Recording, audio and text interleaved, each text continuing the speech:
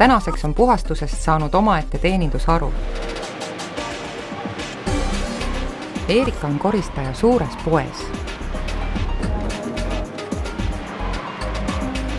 Raske ei ole ja ebameeldiv ei ole ka. Tähendab, puhastusvahendid on juba nii palju ja abivahendid on palju ühesõnaga, mis teevad selle töö kergemaks.